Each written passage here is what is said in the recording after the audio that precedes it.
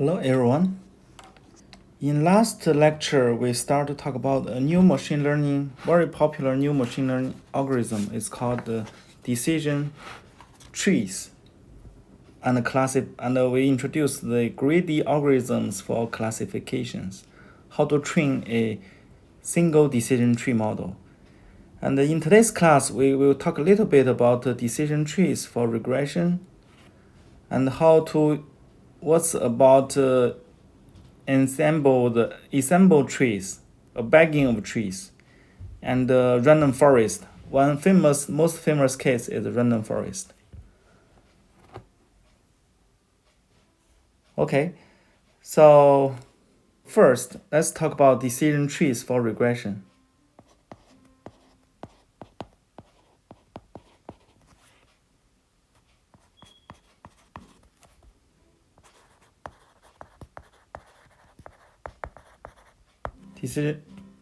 Decision tree for regression. Actually, decision tree regression create a piecewise constant functions. So based on for example, we have the two features, x1 and x2. When we go down the node from the root node to the leaf node, for example, we first check x1 less than 3 or not. So suppose this is a 3. Okay, so it gets a split decision split conditions here. Okay, and then if x1 is less than 3, and you check if x2 is less than 3. If x2 is less than 3, we go down the tree further. For example, and then we check if x1 is less than 1. Okay, we get this decision boundary, less than 1 or greater than 1. And then we go further. If x1 is less than 1, for those cases, we check if x2 is less than 2.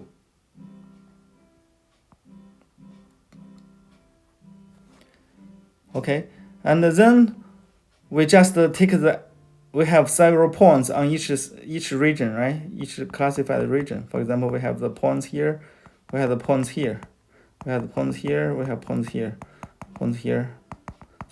So for each of the over each decision region, so we just take the average. We find the average, for example. So for this region, for among x1 greater than 3, we check if x2 is less than 2, and s2 is greater than 2. Then we go to the leaf node. Leaf node means we're gonna return the average of all the points in this region, and we return the average for all points in this region. So that's how you get this regression function. Okay, so therefore the leaf node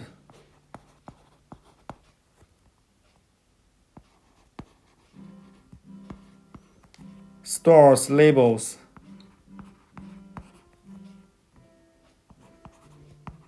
mu, which returns the average over the sample average over each region.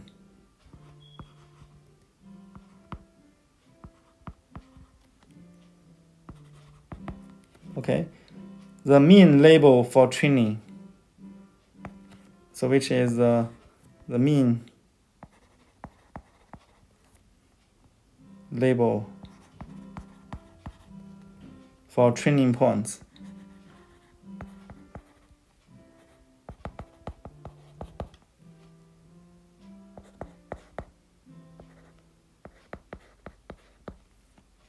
Okay, and actually the cost we use is, so for cost for the regression, remember in last lecture we talked about the cost for classification. We introduced the entropy cost, right? To entropy cost to introduce the purity on each leaf node. And for the regression, we use another cost. The cost we use is the variations of all the values in each node. So yi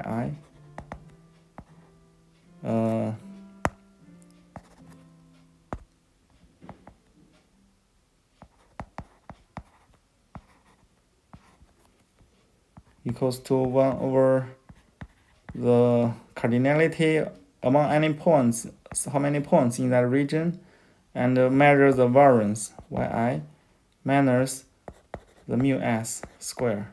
Okay, I belongs to s. So, and then we apply the greedy algorithm, and then we decide where we decide this splitting rules. We find that the splitting rules minimize this cost. So this cost, think about the variation. If all the points on each region has same value, the cost will be 0, right? That's what we want. Okay, so if all points in a leaf have the same y value,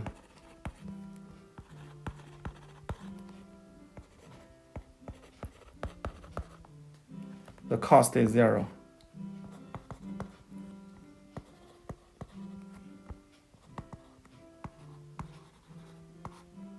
Okay, and then we choose the split.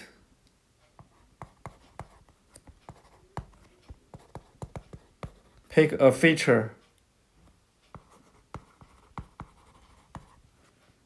and the split rule.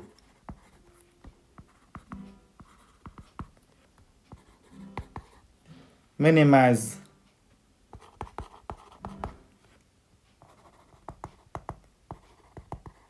so the idea is similar as what the algorithm we introduced for classification.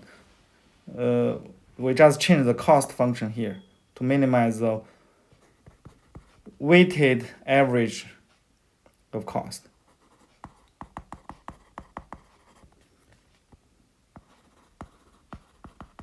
Weighted average of variance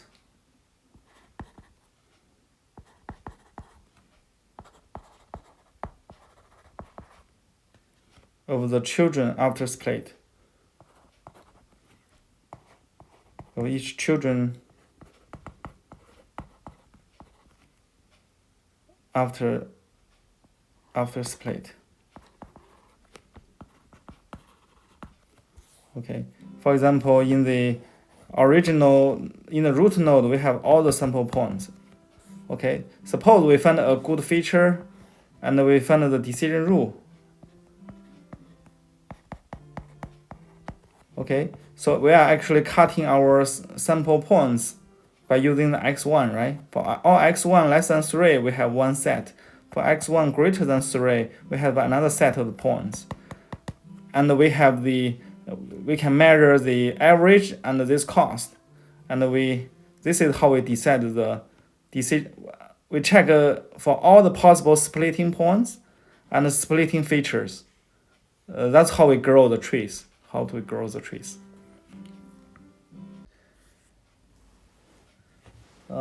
But one natural question is, if we keep growing the trees by using the features and the different splitting rules, we can keep this algorithm runs until each leaf node has only one data points.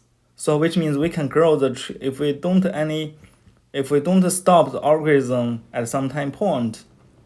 This is a greedy algorithm, so it will keep splitting until each leaf node has only one sample point, which means there is overfitting to the data.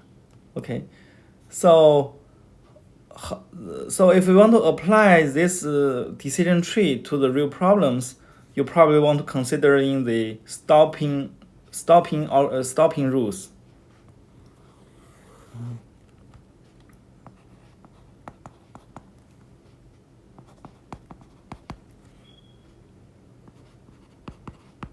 Okay, So the basic version of the decision tree algorithm keeps subdividing the tree nodes until every leaf is pure. Okay, so for example, regression, all the points, if you have all the leaf node has only unique value, then it will stop. But we cannot do that in reality. Sometimes, a lot of cases, we prefer to stop this subdividing earlier. Why do we need to consider stop early? There are several reasonings. For example, we want to limit the tree depth.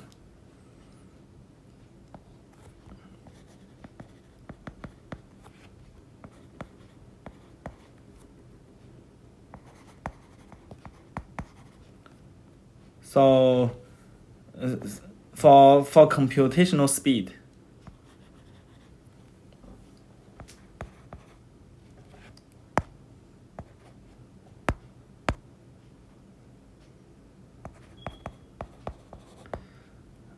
Actually, I think based on my experience, the most successful tree methods for machine learning tree methods is only with the trees with very short shallow depth, with depths only like within 6 or 5 or 6.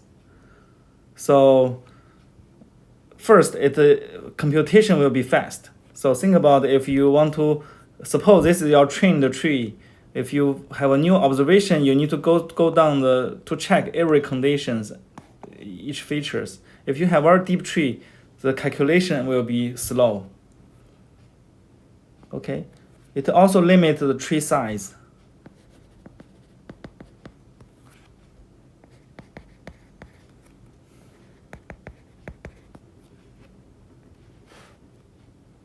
Okay,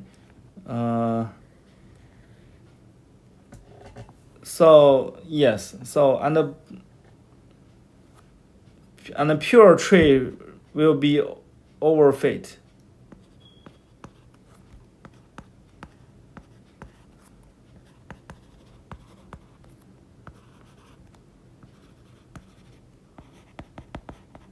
Tends to overfit. And the last motivation to consider early is given the noise.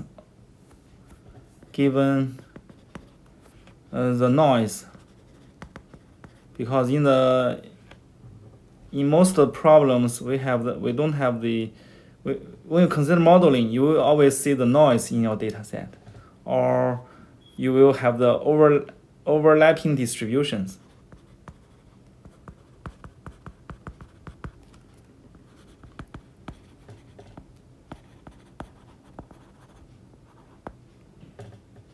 So, for example, if you have the only like a height distribution, okay, suppose this is the female's head, this is the male's head distribution, and there will be many overlapping points. Okay, suppose this is the sample points for the male, and this is the sample points for the female. So there will be some regions with both male and female. So if you keep growing the trees, it will tend to overfit for those overlapping data points. Okay. So pure leaves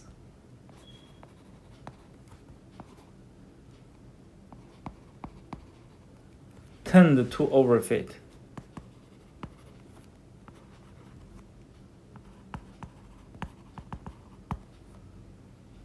And better to stop early and estimate posterior probabilities.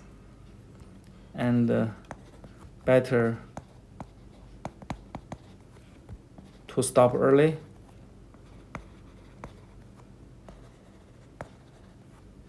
and estimate the posterior probability.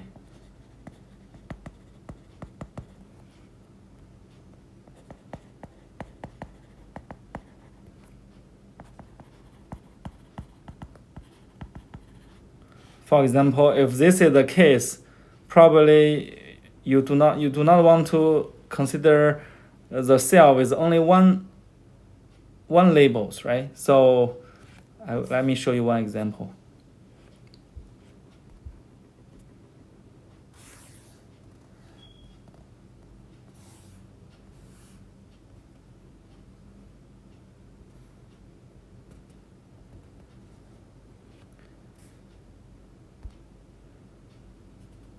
So for example, if you have the overlapping classes, like this one, suppose you refining the tree down to the one training point per leaf is absolutely guaranteed to be overfit. This is like the nearest neighborhood classifier. So you're just using the one nearest neighborhood classifier.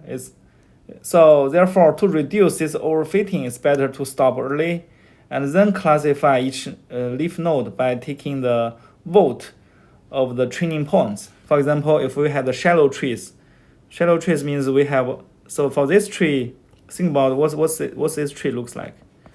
This tree is we have the root node. We have the first is x1, right? X1 is less than some feature is less than some values. For example, it's less than 5. X1 is greater than 5. Okay, and this will be a leaf node. So this just takes all the average of the points on this part. And for this part, we have the another internal node, and then we have another split. So, and this is to the splitting rule. Say is x2 is less than 3 or something, greater than 3. So we have the 2 leaf nodes here. So this is actually we can grow it deeper, right? For example, when x2 is less than 3, or if x1 is less than 5, it seems we can make it more pure, right? So if you just use cutting the points, making the split here, we have all other colors this way. So we can make grow the tree deeper, but that's not better because that indicates overfitting. To reduce the overfitting, I think it's better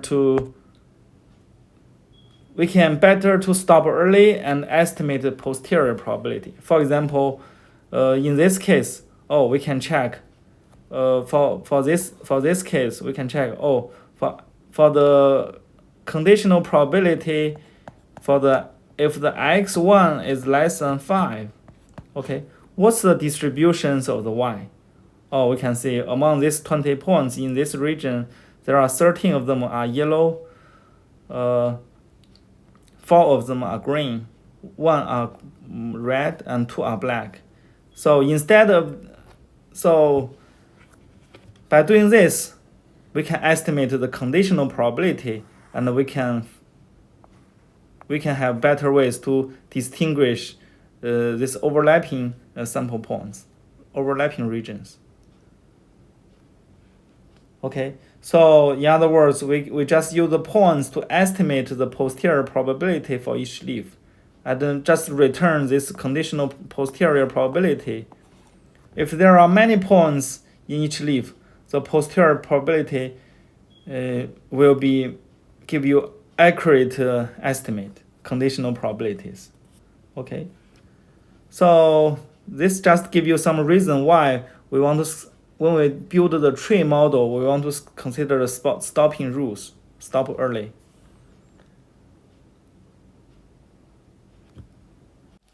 So what's the strategy to stop growing the trees? So how to stop?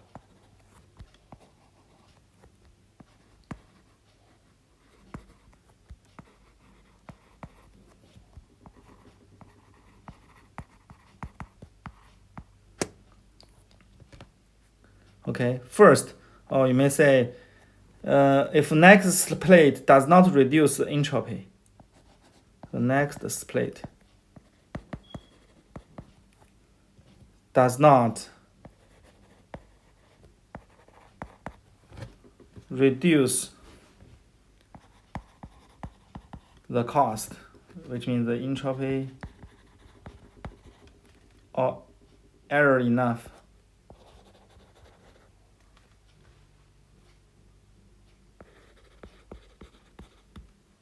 Okay, if that's the case, maybe we can give some threshold value. When we grow the tree, it didn't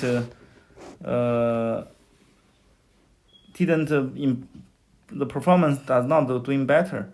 But this strategy is dangerous.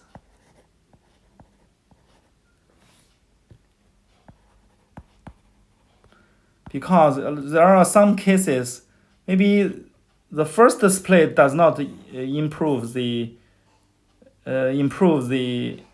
performance, but the splits followed by this previous one could do better. If that's the case, this strategy may ignore a lot of the patterns in the data. Okay. Second strategy is most of the points are in the same class. Most of nodes point. For example, say if for the classification problem,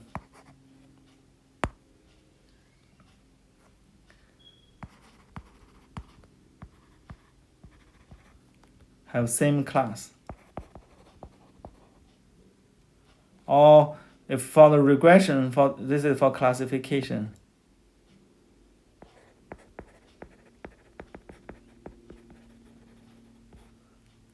For example, if the 95% of the node contains the labels contains point with same label, then we stop. Or you can think most of the node have variance very small, have similar values.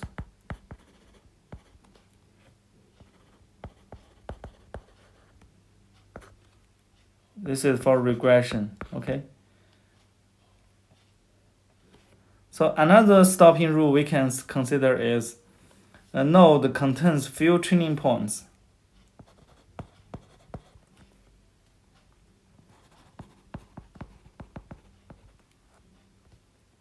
Few training points.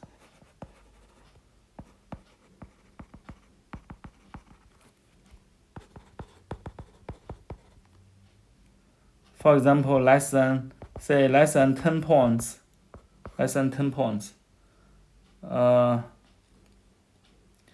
another thing we could consider is this splitting hyperrectangle if they are all small. For example, if we keep cutting this and this all region, the volume of each hyperrectangle, volume of each rectangle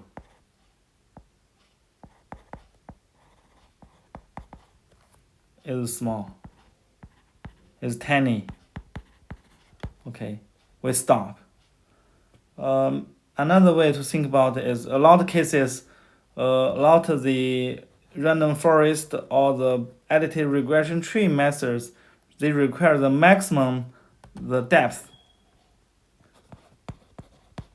If your tree grows up to maybe say 10 depth, you stop.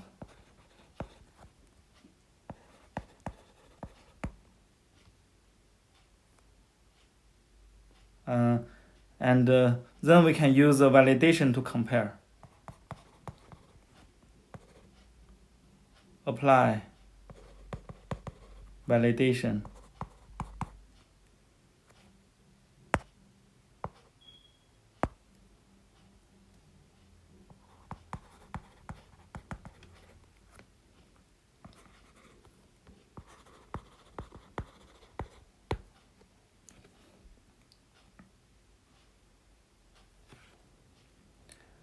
And the last one and most effective one we should consider is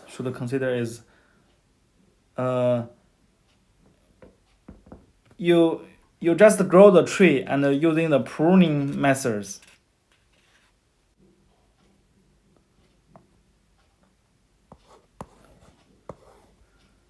But usually, if you use validation to compare the different stopping rules, this will be slow and time-consuming, not efficient.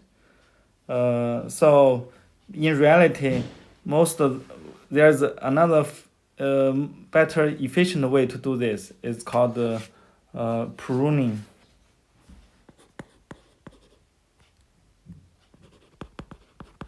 Pruning trees. In other words, we just let the trees to grow deep, and we cut the. So the idea is grow the tree large.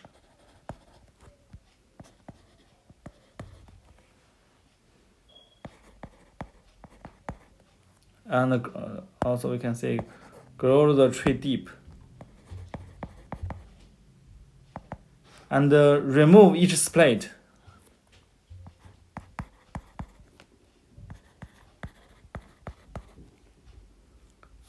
So for example, if we can, for example, the example here, suppose we just have very many splits here and here, okay, and then we can just remove the split. Remove the node means you just cut off, combine the two split regions, okay, then remove the split.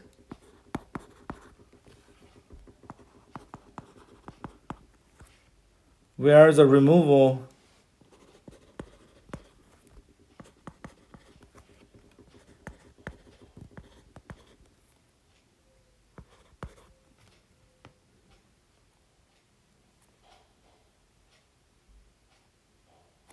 improve the validation performance.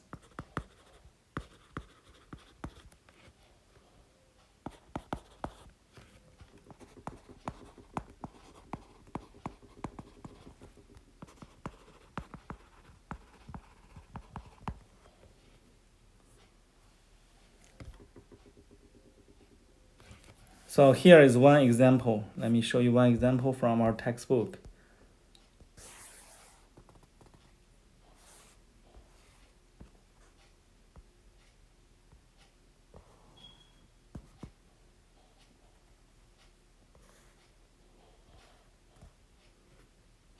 So in this example,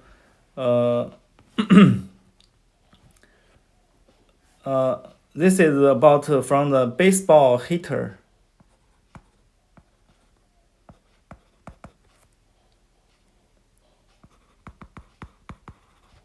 Hitter data. Okay, and we want to use each baseball player's information. Like for example, here we use the how many years this player in the league, and how many hits, average hits per each game. And then we want to use these two features to predict the salary.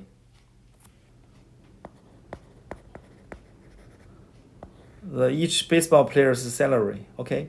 And for example, here we can say if the player in the league less than 44.5 years, then you take the average of all data points in this region, we can get one estimate. I think the textbook shows us this R1. This average is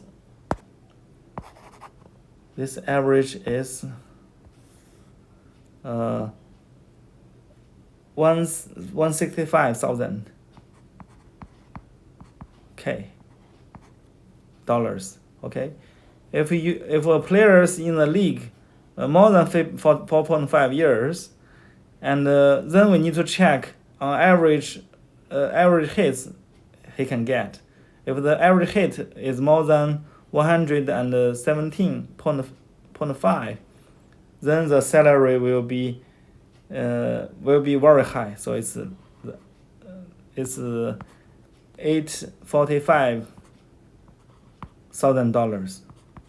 Okay, if it's below if it's the average hit is below the 11.5, then the average salary is 402K. Okay, so that's the salaries for the baseball players. And so this is a tree with only depth 2, right? We only have the root node, and we only have using the x1. We just use the years to for the first split. Okay, we get R1, and then we get and for the regions, if with years is greater than 4.5, we go to the right hand side region, and then we check the second rule. So x2 is greater than and equals to 117.5. We predict R2 and R3. Okay, so this is only a tree with the depth 3, 1, 2, 3, depth 3. Okay, depth 2. Sorry, depth 2.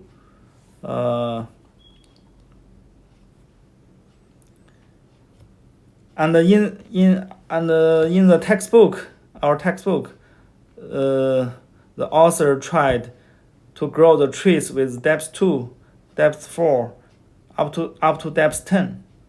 Okay, a 10-leaf decision tree was constructed to predict the salary of baseball players, based on their year in the colleague and the average hit per person. Then the tree was pruned by validation. So as you can see that as the tree goes to deeper and deeper, the performance didn't getting better for the testing data.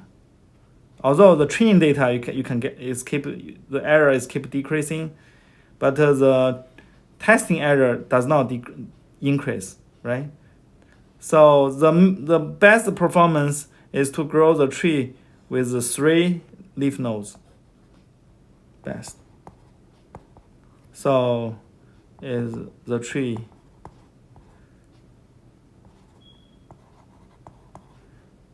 with 3 leaf nodes, which is on the right hand side. Okay, so this is also, this gives best prediction accuracy, but also gives is very interpretable. So you can easily to explain your model to other peoples without any mess.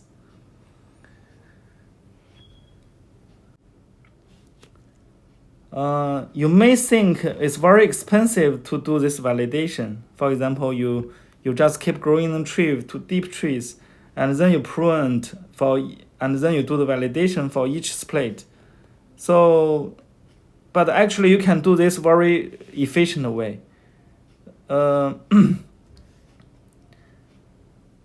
What you don't do is to reclassify every training point from each scratch. Instead, you just first compute which leaf node in each validation point winds up in. Then for each leaf, you make the list of its validation points. I'll give you a picture to explain what I'm talking about here.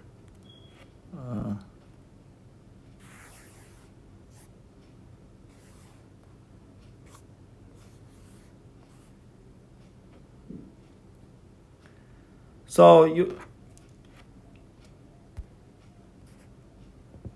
for example, to decide if you on the validation points for each, for example, this is we want to check if this whether we need to prune this split. Okay, so we just try to calculate the proportion of the wrong labels on each sub-child node. For example, for this one, on the validation points on this region validation over the validation data set, the majority is red, labeled red. So here we have the 4 cases labeled wrong. So 4 wrong case. Okay, and on the validation data set, on this subregion, we have it's labeled blue, but we have the 5 right. So there are 5 wrong. This case, okay? But actually, if we do not split from here, we're just using the same region, and then we check it, we check on the validation data set what's the label. Oh, on the validation set, this is red. Okay, and then we can check how many of them are wrong labeled. So here the blue are wrong labeled, right? 1, 2, 3, 4, 5, 6, 7. So 7 are wrong. So in other words, on the validation set, before we proving, we get 9 wrong cases. Okay, but if we prune this branch, we get only 7 wrong. So in other words, our algorithm should suggest us to prune this branch. We cut this branch and we just combine them. Okay, so this is the idea of the pruning the trees using the validation set. You do not need to do the regression and checking all the points from the scratch. Okay, once you just checking how many points in this region and compare if it's necessary to prune these trees. This calculation is very efficient, very fast. Okay, I think that's all I want to talk about to the single regression tree. So we talk about the single trees for classification and regression. But in reality, the most useful for tree method is called ensemble trees, which I will talk in next video.